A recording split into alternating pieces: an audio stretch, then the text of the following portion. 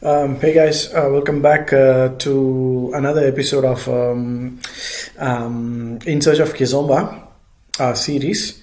So in this video, we'll like in the past few episodes we saw how I try to establish to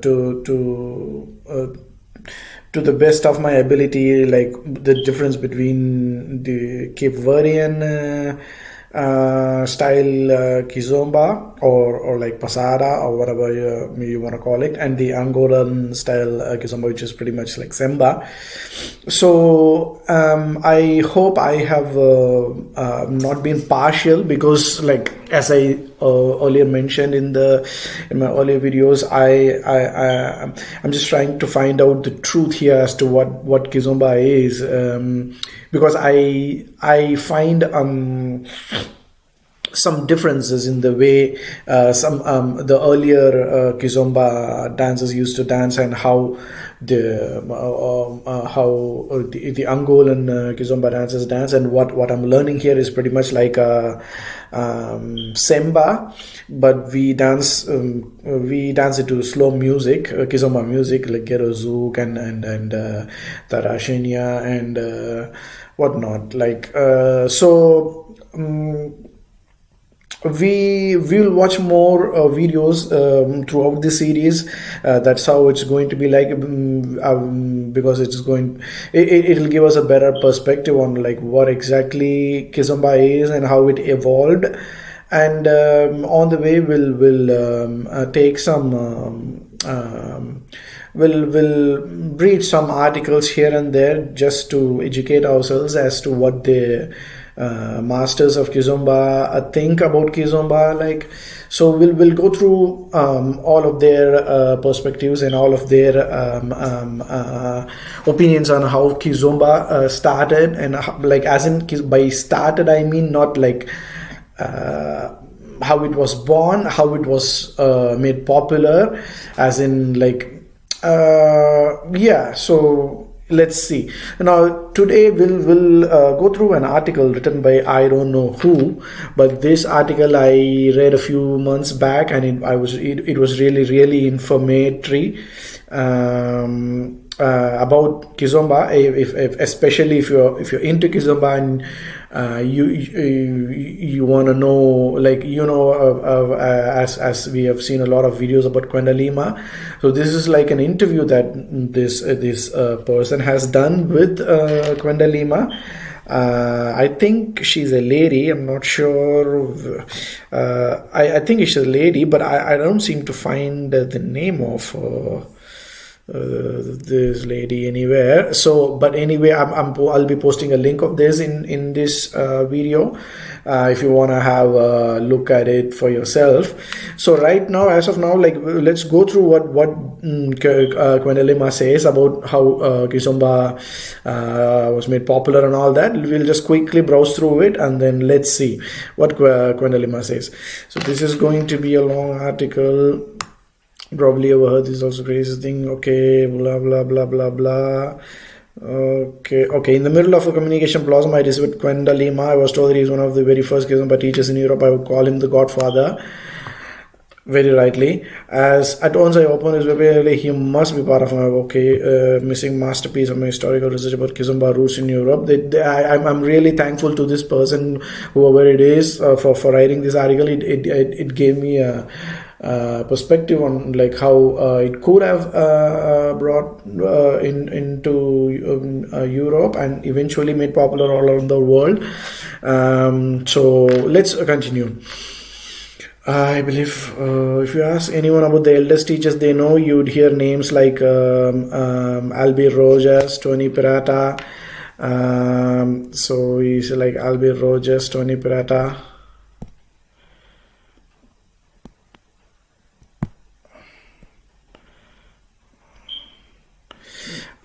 Oops, what did I do?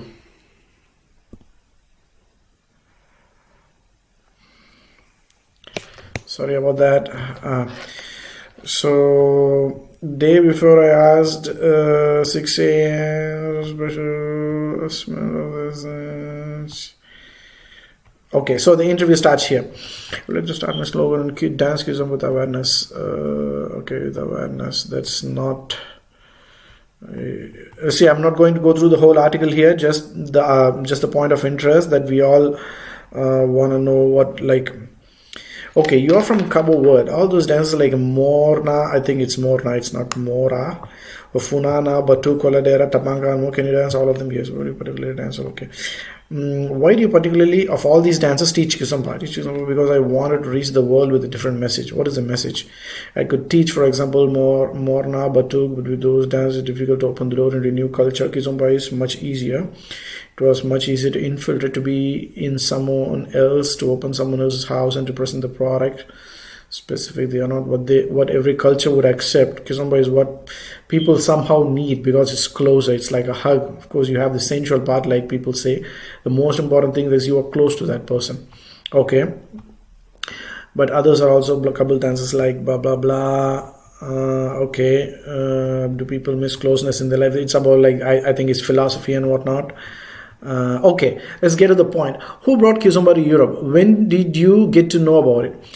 Always. I started dancing when I was about 10 years old. Now I'm 40. It's hard to tell you who brought Kizomba to Europe. If you don't know, who knows then? Yeah.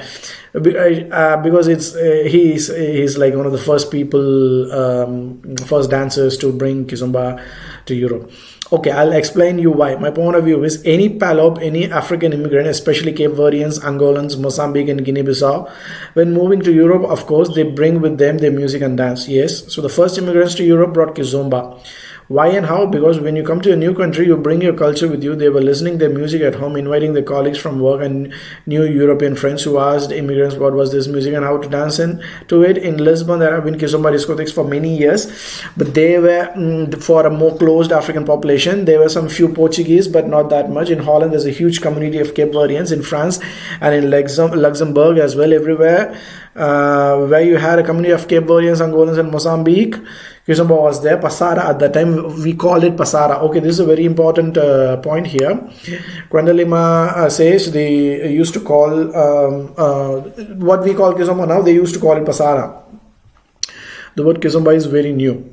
My generation was growing calling this dance Pasara. Okay, really? You mean Kizomba or Pasara is the same dance? Yes, but before people would say Pasara, then there is another side that you can't see it. It's the commercial part. If we talk about the commercial part, I can tell you who brought Kizomba to Europe. Who? It's very important to understand this difference. Kizomba has always been there in Europe, but someone started to teach it, which is different. When we start teaching Kizomba, which happened here in Portugal, then here you would have Zé Barbosa. So I'm going to have to do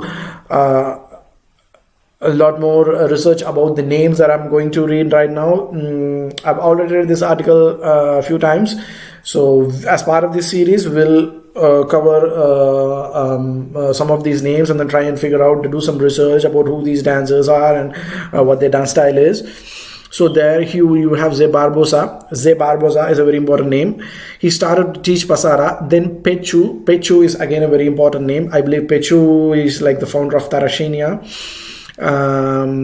But at that time he wasn't into Kizomba. He was in African traditional dances. And even before Zé Barbosa, there had been two other guys who used to teach in Beleza, which is an old dance place. Now I've seen a few videos about this Beleza. I think it's a very iconic place for Kizomba. Well, let's continue. Oh, I was recommended to go there tonight. No, but this is the new one. Before there was another very well-known Beleza, but in a different place. I see. They started teaching there, but they were not known. And Gwendolima is not revealing their names either. Then I started teaching with Zé Barbosa and Avelino. So there's Avelino. I think is Avelino Shantare or something. I've seen a few videos of Avelino. Okay, so there are some names here. There's some very important names that we are going to do some research on. Watch some few videos about Zé Barbosa and Avelino and Pechu. So did you learn from them? No. We learned by dancing because it's a part of our culture. So I'm not sure if this implies that they are all Cape Verdeans.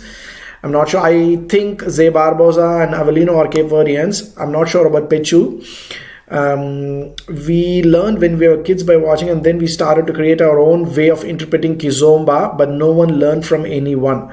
I mean those five people: Avelino, Chantre, Zebarbosa, Pechu, and Thomas Keita.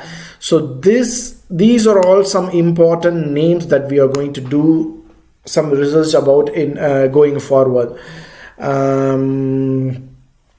Yeah. Okay, I don't know any of those names. Those people started here in Portugal, and then Pechu started Afro-Latin connection. They learned from Pechu. Those ones are Portuguese, and then they learned from Pechu. And then I went to London to study, and I started teaching Kizomba there. Okay, so it was your first teaching experience in London? No, it was here in Lisbon. But then I went outside and started to teach it in the UK. And for the festival, which is African Dansar, I think it's like an iconic festival. I've seen a few videos of it. It's like, I believe, dedicated to Semba and Kizomba. African Dancer in Portugal. I brought my students from London. So 90% of the festival was from London. Okay, really. The teachers in Portugal started to realize that Kizomba went outside, and there were some Polish people too. It was enough from that very moment to spread the dance. It was already in Poland and UK. Poland started to consume a lot of Kizomba, inviting teachers there. The same happened in Spain. You mean Albir? Albir was not in the Kizomba at that time. Another guy invited us to teach there.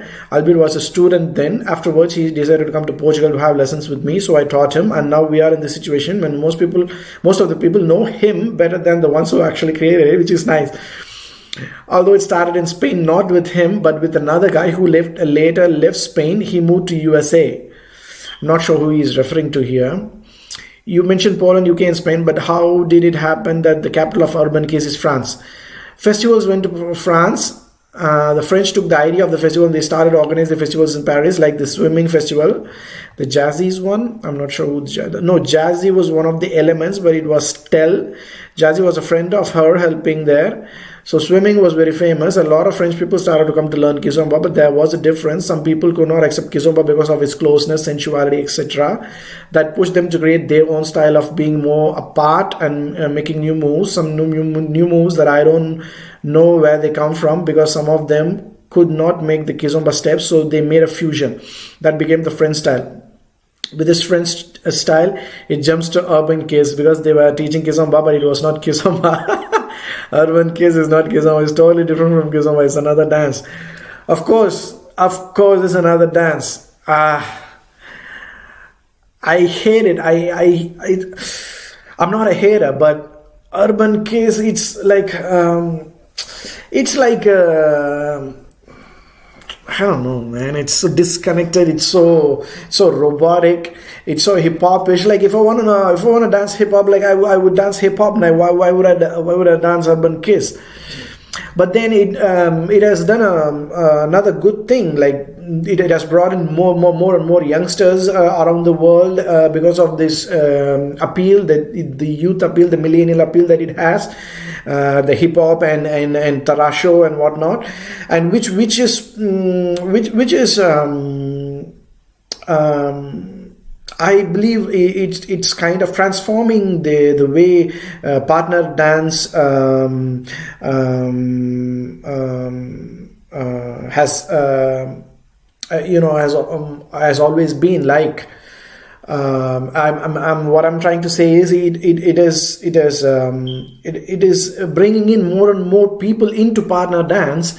Earlier it used to be only the Latinos and like the Cubans and like you know what I mean, like the Latin American population. But now it's not the case anymore. Like lots and lots of people are learning urban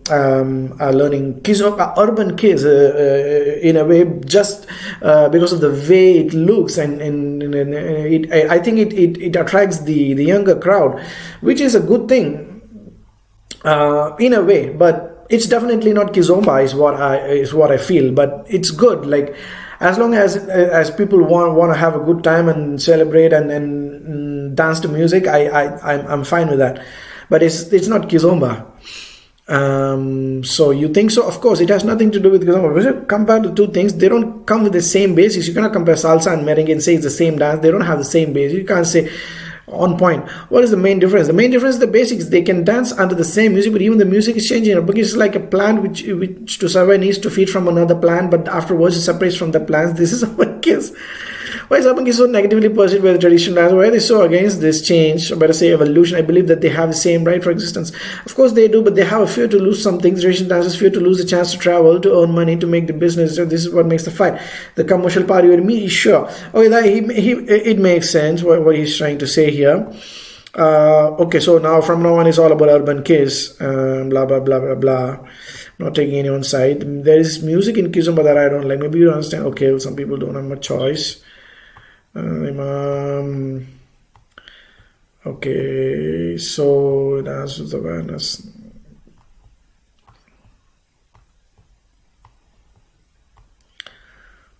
Okay, so this is what he says. Now let's in the coming